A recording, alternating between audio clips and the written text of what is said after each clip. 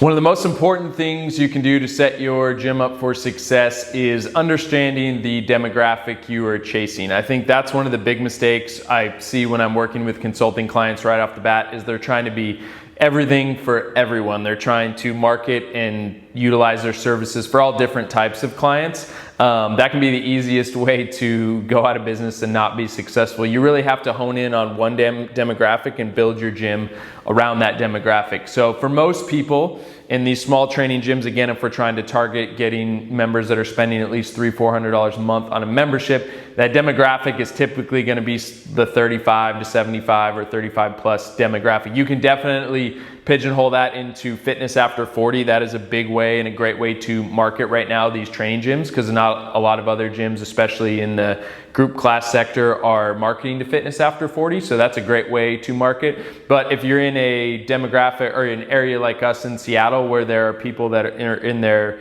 mid 30s, 35 range that are in tech or other sectors that are making enough money to be able to afford a $300 or $400 membership, you don't necessarily have to go fitness after 40. You can do more of the demographic of kind of 35 plus. But regardless, in these training gyms, we're really kind of targeting that 35 to 75 demographic, people that can afford the higher end membership, are looking for more personalized attention, want to come in and work with the coach and get an individualized, customized solution. And once we identify this market, you really have to be able to build your gym around that, and all parts of your gym need to be able to match that. So the marketing that you're doing needs to be able to match that. A big mistake I see people make with marketing is they're trying to attract this 35 plus crowd, but they're still doing marketing that yields more towards the cheaper demographic and the people that we're not trying to attract, the people that are looking for more deals and stuff like that.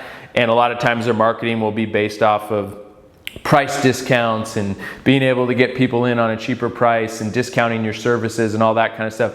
That's the last thing you want to do for marketing. For marketing to these type of clients, you really want to show off the service that you're giving, let your members tell the story. So stuff like testimonials and reviews and stuff like that of people showing, kind of what they're getting out of the service and experience is really what you want to market, and show people the quality of your service versus discounting off price exposure and stuff like that. But as we get our demographic defined with this 35 plus crowd, we also need to make sure our gym matches that. So it should be a gym that is professional, that these people want to come into, that they like being a part of, that they like coming into. Again, it's not dirty. It's a gym that is presentable, that's professional when they come in.